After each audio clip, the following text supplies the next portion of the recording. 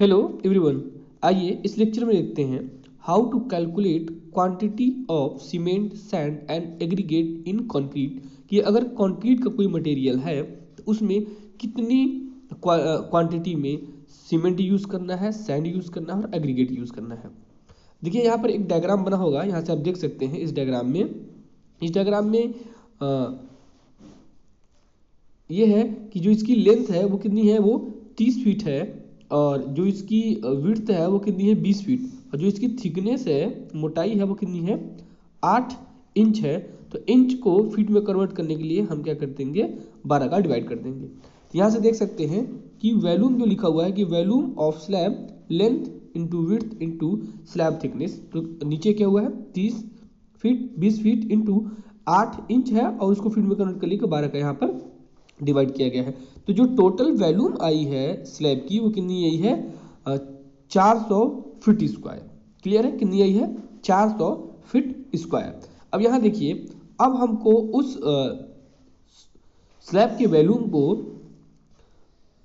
1.54 से क्या कर देना है, मल्टीप्लाई कर देना है। जब हम 1.54 से मल्टीप्लाई करेंगे तो वो आपका जो वॉल्यूम होता है वो किस में बदल जाएगा, वो आपका बदल जाएगा ड्राई श्रिंकेज में। किसमें बदल जाएगा, ड्राई श्रिंकेज में।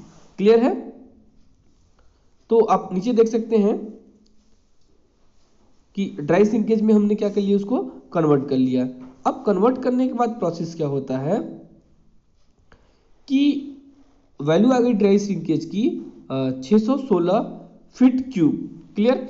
अब देखिए यहाँ पर देखिए लिखा हुआ है कि M15 है, तो M15 का जो रेशियो होता है वो कितना होता है, 1 2 4। कितना होता है, 1 2 4।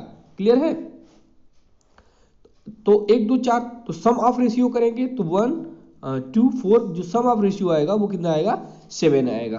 क्लियर। तो ये याद रखिएगा, सम ऑफ रेशियो कितना आया है, 7। अगर आप कोई भी ले सकते हैं, M15 का स्थान पर M20 ले लीजिए, उसका रेशियो ले लीजिए, या M10 ले लीजिए, या M5 ले लीजिए, तो उस रेशियो को हम क्या कर लेंगे, यहाँ से जोड़ लेंगे।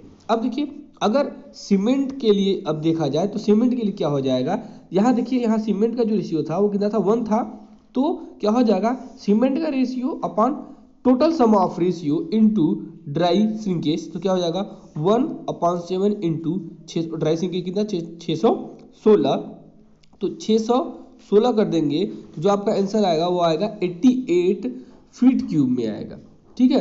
तो अब उस 88 में हम क्या करेंगे, अभी इसके पिछले वाले लेक्चर में हमने बताया था कि जो सीमेंट के वॉल्यूम होता है तो कितना होता है, वो 1.2 पॉइंट में होता है 1.225 होता है। तो अब इसके क्या कर देंगे, हम डिवाइड कर देंगे तो नंबर ऑफ बोरी आ जाएगी।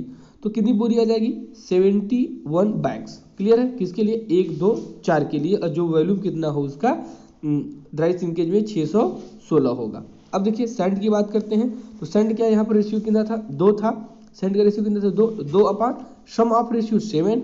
तो इसमें गुणा करेंगे तो आपका जाएगा 176 फीट क्यूब में।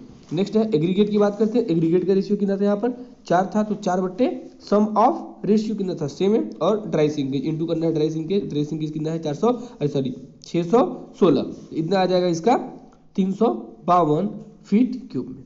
ओके। तो इस तरीके से हम क्या करेंगे कि सीमेंट